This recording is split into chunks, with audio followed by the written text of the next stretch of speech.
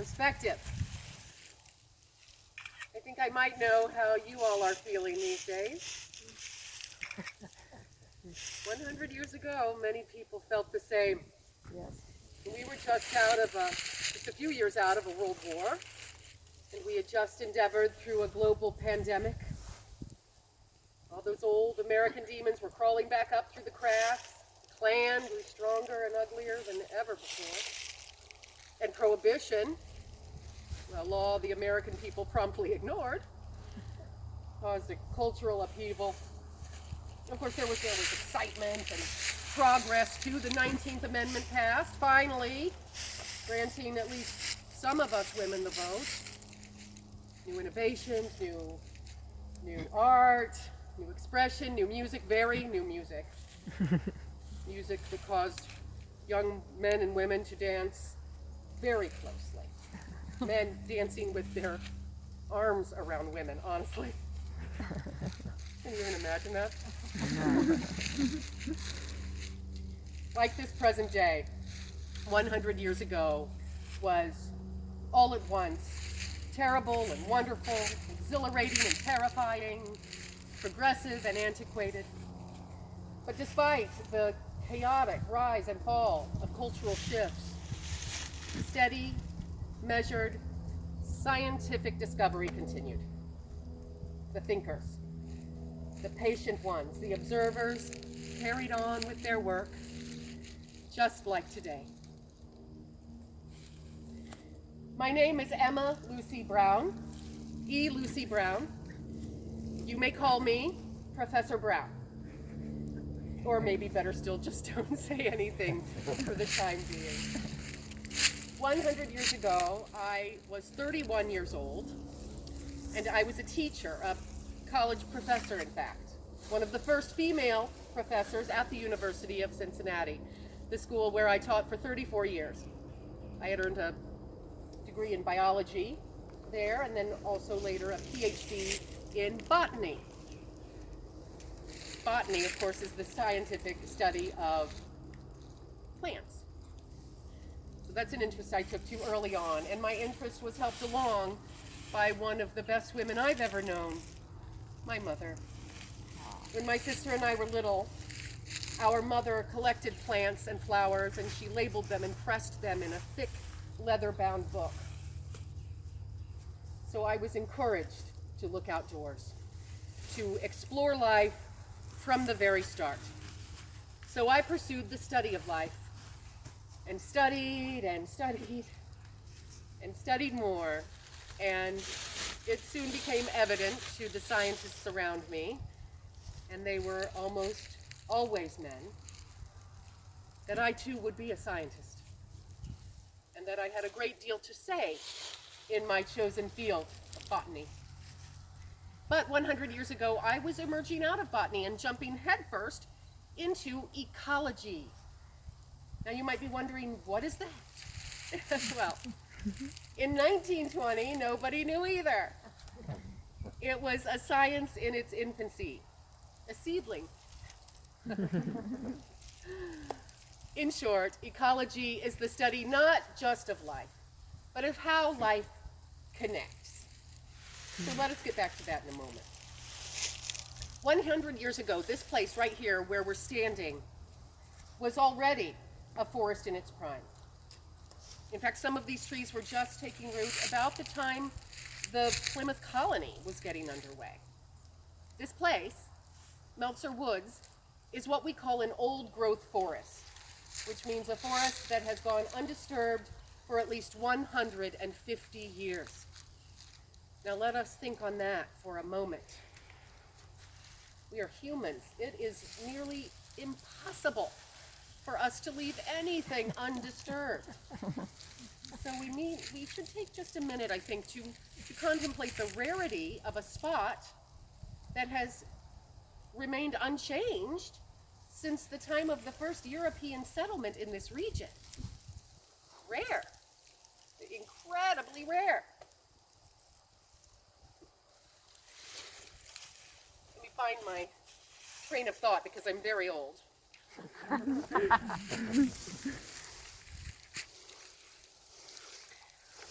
Now, some of you might be thinking, old trees. Okay, so what? So what indeed? This place before us is evidence of a self-perpetuating system of multi-layered life. Right, behold, first the trees grow toward the sky, some reaching well over 100 feet. Over time, a tree will die from natural causes, but it doesn't fall right away. Instead, it becomes a high-rise apartment complex to tenants like woodpeckers and owls. Now, eventually, the dead tree will fall over, and that's when it becomes an essential life source for countless decomposers like algae, bacteria, insects, plants like ferns and mosses you see growing over this slow-rotting wood.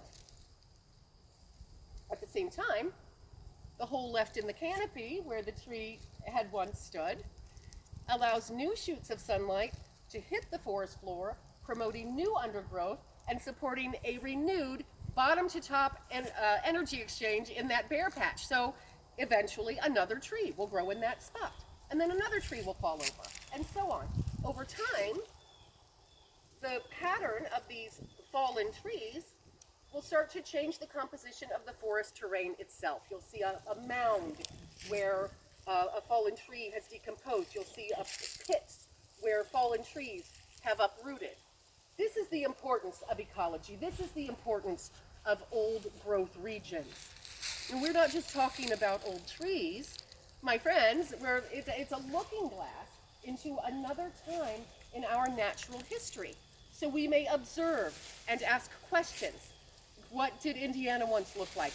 What wildlife did Indiana once support? How did the life connect? And how may we restore that balance?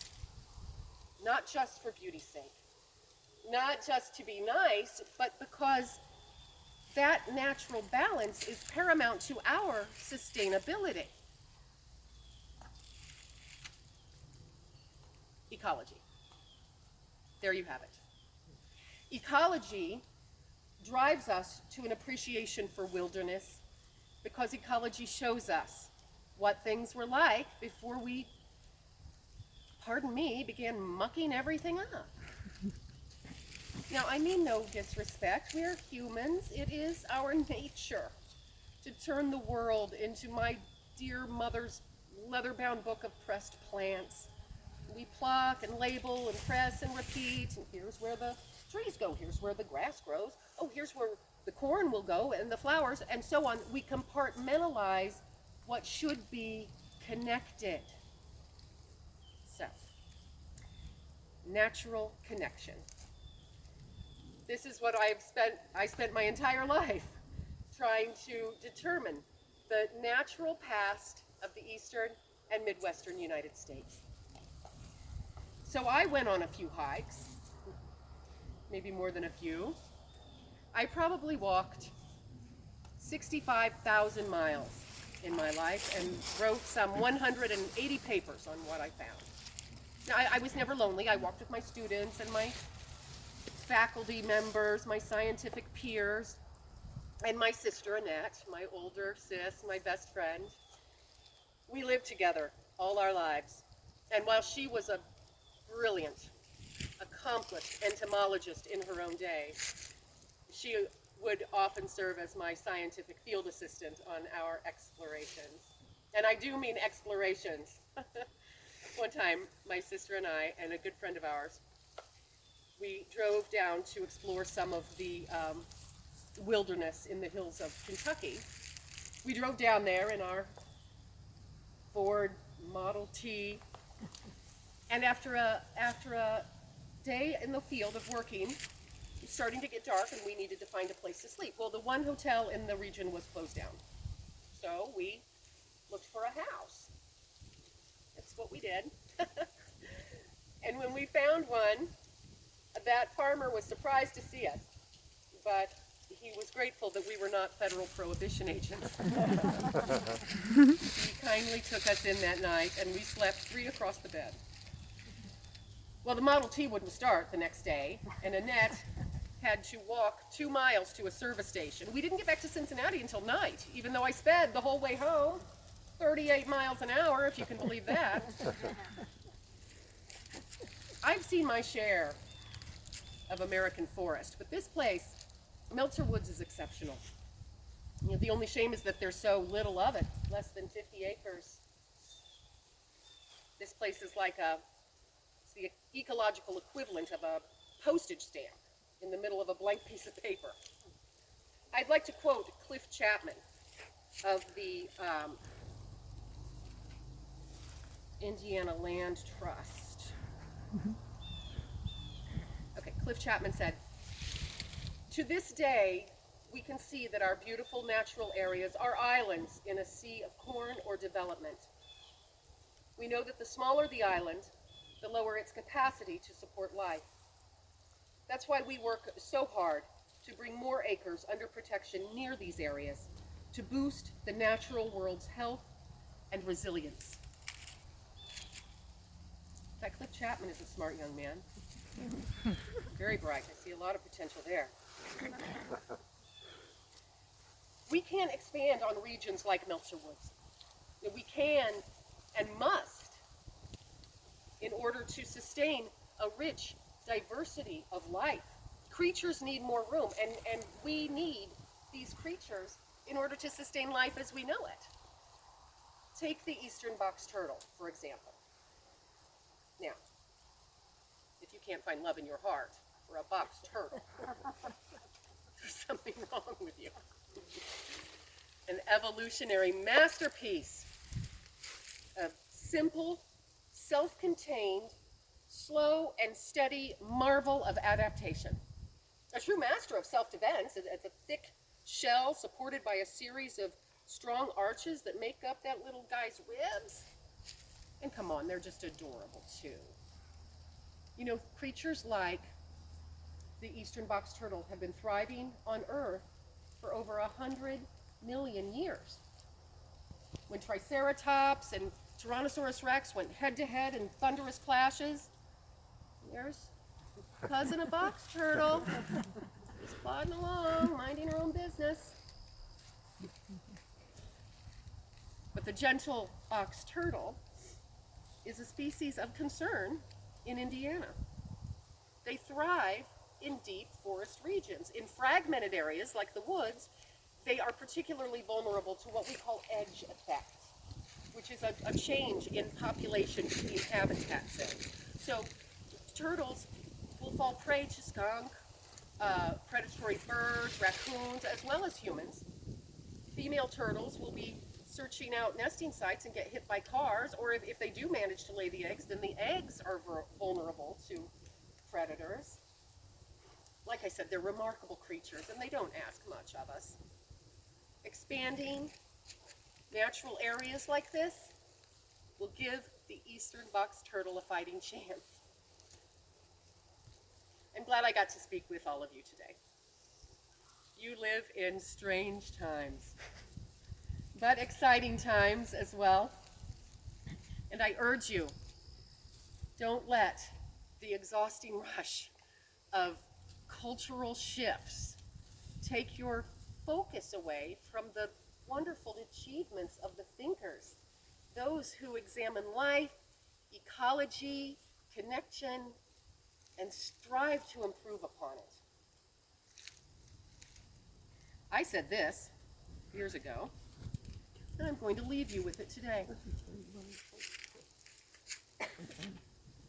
Why not save a piece of your native country, a piece of your native state, in its original condition as a monument to the original beauty and grandeur of your forests, just as you save an historical shrine? Thank you, my friends. Thank you, my students. Thank you. Thank you.